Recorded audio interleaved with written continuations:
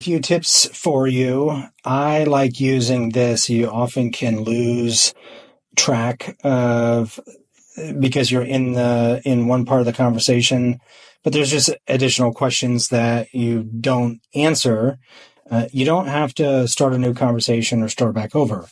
You actually can use ChatGPT to do that. So I say, go back to the entire conversation, categorize and list anything that wasn't answered. And you can add more qualifiers to it and instructions.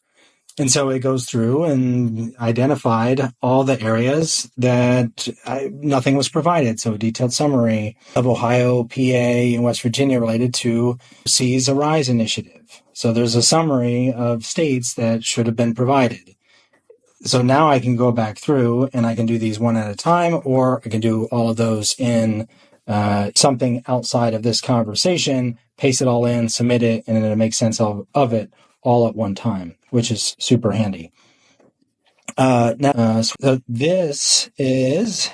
want you to go through all of the many benefits of Energy Acres Food Centers and come up with the most impactful list for an investor pitch, and ensure that the benefit is understood by the audience with a bachelor degree. So qualify who the audience is.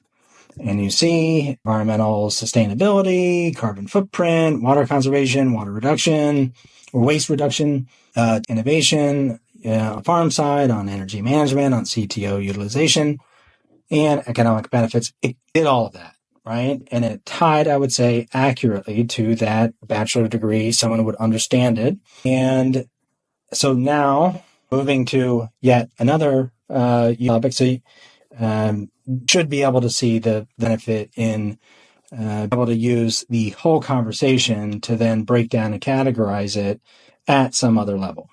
So moving on.